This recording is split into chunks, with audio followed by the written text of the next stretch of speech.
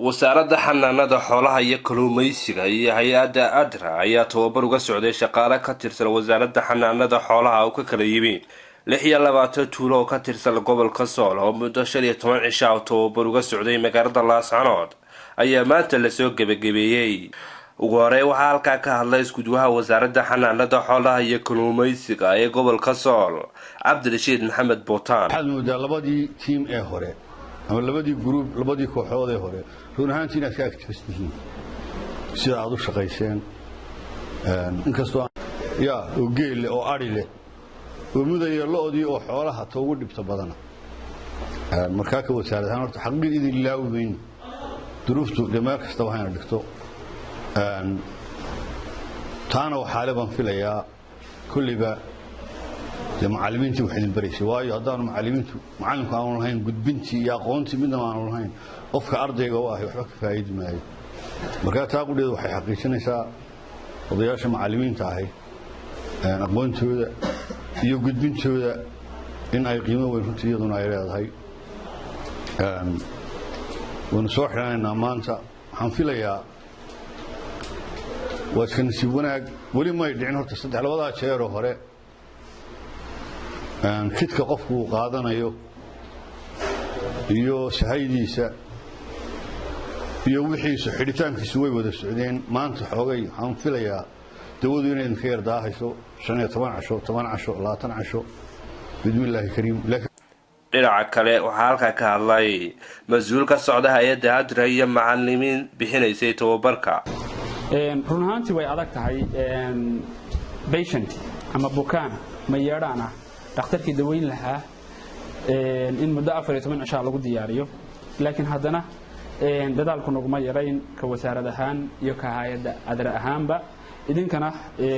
dulqaadka iyo mataqaana cashar qaadashada iyo tababar sameynta iyo dadaalkiinu ma yarayn taas ayna kulansiisay ama ayna garaysiisay inaynu maanta soo gabagabayno tababarkii 14 cisho soconayay ee loogu talagalay in xoolaha mataqaana tuulo walba iyo degmo walba ay dhakhtarkeedii hesho. waxaan aad ugu faraxsanahay in uu inoo soo gabagaboobo hawl aynu waqti kooban oo waxa weeyaan culayskiisa iyo miisaankiisa iyo mas'uuliyadiisuba aad ay u culus tahay oo inoo soo dhameeyo maanta inoo soo gabagaboobo 9 cisho oo tababar qaadasho ah oo buug aad u adag iyo una baahan fahankiisa iyo mas'uuliyadiisa kana mas'uuliyad badan wax kasta oo la baranayo laana ay ahayd wax la baranayo daryee wax way xoolo ma yeeraan aan hadlayn inaan meesha xanuunayso ur ku jirtiisa iyo korkiisaba in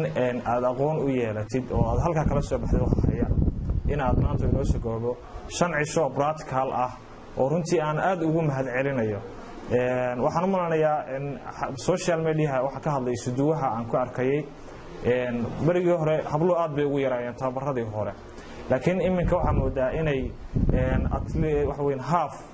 inay ama kala badh ay ku dhow yihiin adaanay wax weyn ku ama ay ku dhow yihiin. ugu dambeyntii waxaa halkaa ka hadlay ardaydii qaadatay tababarka ugana mahad celisay wasaaradda xanaanada xoolaha iyo macallimiintii bixinayay tababarka. tababarku uga soconayay gobolka Sool gaar ahaan degmada Laascaanood waxaan aad iyo aad ugu mahad celinay marka ugu horeysa wasaaradda xanaanada xoolaha suduwaheeda iyo kalluumaysiga iyo hay'adda ADRA programkan iyo tababarkan ay noo soo qabteen inaga caawiyeen waxaan kaloo u mahad celinayaa macallimiintii aadka tacabka badan noo geliyay tacliinta iyo ilaahay markaa baratka halka sida fiican noo siiyay oo ka tirsan ardayda tababarku ugu socda 14 maalmood magaalada Laascaanood